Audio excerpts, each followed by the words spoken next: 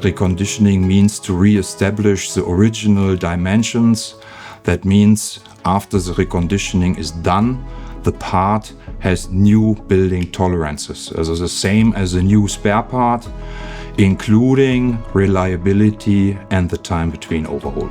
That means basically reconditioning is the highest quality level, as good as new. Sometimes the client has to wait quite long to get new spare parts. That means a repair or reconditioning could be an option to speed up the repair on board of the engine.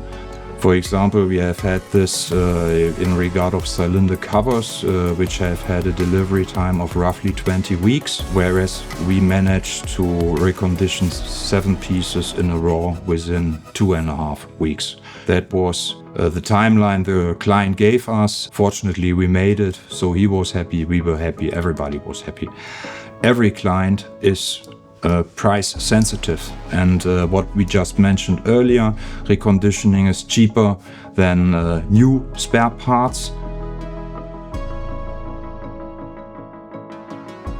There are a lot of other people in Hamburg, and specifically I have to say than the workshop here, because they are making the words come true.